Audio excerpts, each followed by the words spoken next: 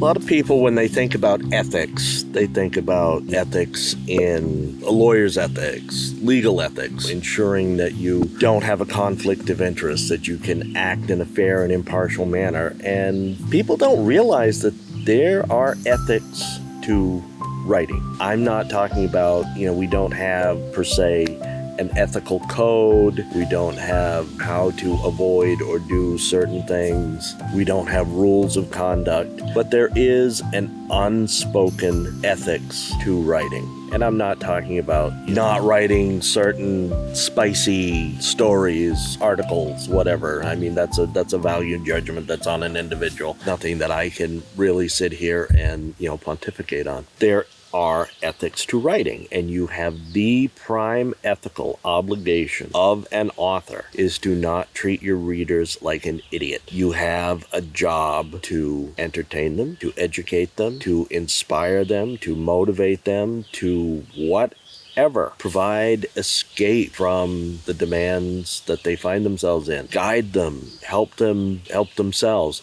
Whatever you want to do, you have the obligation to realize that you are dealing with somebody who is as intelligent as you are. You're asking people to shell out their hard-earned money to buy your book. If it is a work of history, you need to make sure that your research, your facts, everything are in order, and it is impeccable. If you are writing historical fiction, you still have to do the same thing. For example, if you're writing about the Wild West, the Civil War, the Victorian era, nobody's going to be checking their Wi-Fi. They're not going to be worrying about, is this trending or whatnot. Avoid anachronisms, which are references that are out of place in where you're trying to put them. If you're writing science fiction or fantasy, you have to still follow certain rules. Yes, you can suspend belief, but in order to do that, you have to operate within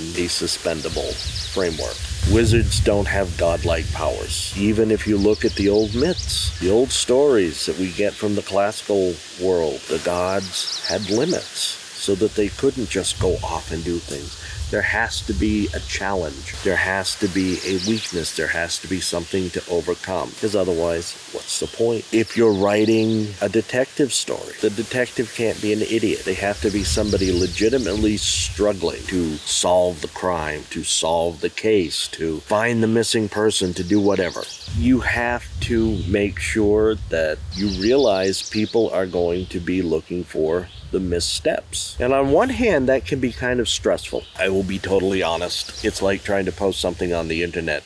You know the instant you do, somebody out there, no matter how hard you try to keep everything buttoned up, somebody out there is going to find a hole in your logic, in your position, in your story, in your whatever, big enough to sail a fleet of aircraft carriers through. That's okay. It still motivates and obligates you to do your best to make sure that that is minimized. Not just because you don't want to deal with somebody pointing out to you that, XYZ would never have happened because they didn't have that shade of green back at that point. There are some that have to be that esoteric. You have an obligation to give them that outlet. It also motivates you to really do your best, not just with your writing style, but with your writing, your perceptions, your plot development, your character development, all of that stuff. And so you have an ethical responsibility, not just to your readers, but to yourself, to do and write and be the best at it that you can.